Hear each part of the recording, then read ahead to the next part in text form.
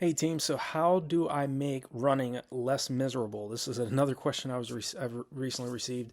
Um, Again, motivation is something that we as distance runners, middle distance runners, all have to deal with. And running can be at times very monotonous, and it can get to a point where it feels miserable, especially if you're trying to run at very fast paces for very long periods of time. I think one of the best ways to make running less miserable is to first make sure that you're spending enough time just running easily. Okay, don't focus so much of your effort on what pace per mile or pace per kilometer you're running and worrying about trying to get fit in a very short amount of time. Okay, I always focus on, suggesting to the athletes that watch these videos and athletes that I coach, think long term, have a broader viewpoint. Don't focus so much of your attention on trying to get in phenomenal shape in a matter of like 4 to 8 weeks. A lot of athletes out there, I'm an example, it may take them 5, 6, 7, 8 months to get in phenomenal superior shape. And if you're trying to rush your fitness, if you're trying to get great results and trying to cram all of your training and your racing in a very short amount of time, it's going to be miserable for you. You're going to lose the enthusiasm for what you're doing because, again, you're trying to push yourself too fast, too soon. And I really think it's important if you really want to be successful in middle to long distance running, you have to make sure that you're, again, focusing and studying what the best middle to long distance runners do. And these athletes, the ones that I've trained with over the years, Olympians I've trained with and been teammates with, these are athletes that stay consistent over a long period of time. They don't just kind of, they're not just interested, they're fully committed. And there's a massive difference between being interested and being successful and being fully committed. Okay, you're not just going to, if you're fully committed, you're going to do what you need to do on a daily basis over several years. This is not a matter of a few weeks or a few months. This is not a matter, if you want to be successful, you're going to have to expect the fact that you're going to have some ups and downs in this sport. Okay, just about everybody that watches these videos has their own specific goal, whether it's a weight loss goal or a weight gain goal, or they're trying to run a specific time, or they're trying to qualify for the Boston Marathon, or maybe qualify for the Olympic trials. All of you have an immense amount of drive and focus and ability, and a lot of you out there have potential to drop several minutes, several hours off of your personal best. Especially in those longer races where you actually can drop hours off, like the marathon or maybe even the half marathon, depending on how committed you are and how willing you are to stay consistent with what you're doing.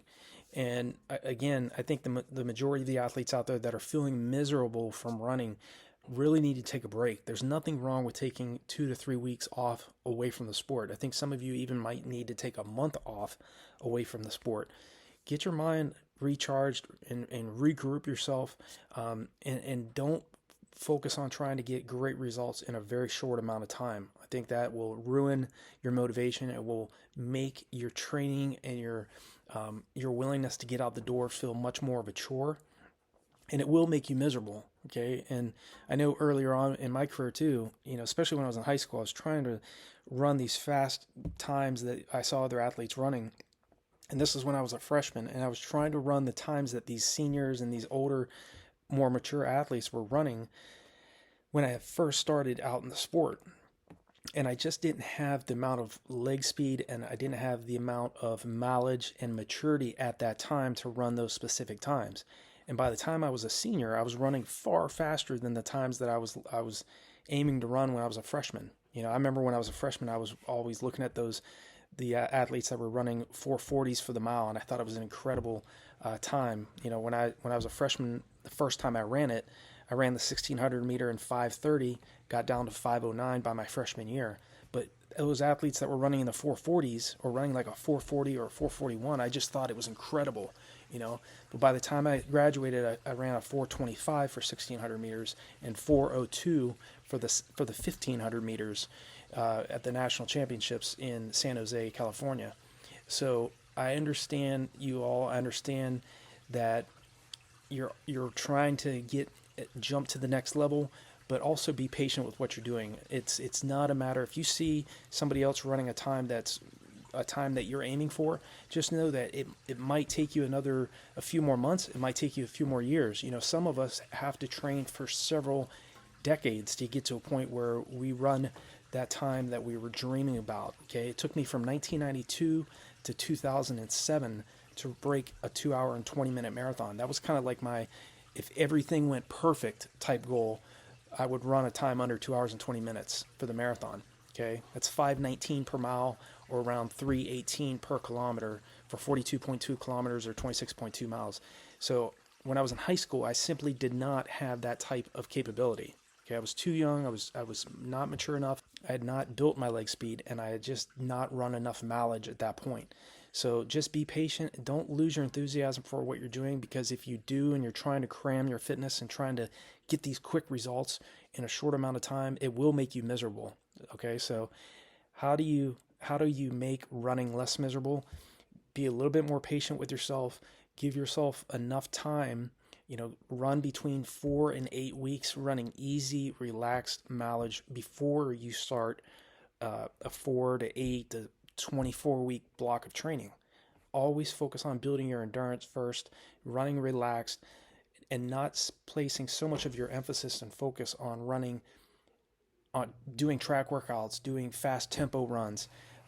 First focus on running easy, relaxed, and not putting so much stress and pressure on yourself to perform. Okay, I think that's one of the best ways to not make running so miserable for you, make it less miserable. Okay, this sport should be an enjoyable experience, and when we focus so much of our energy and our time on, well, I got to run this split, and I got to hit this time in this specific race, and if I don't hit this time in this specific race, then I'm not measuring up to what others think of me.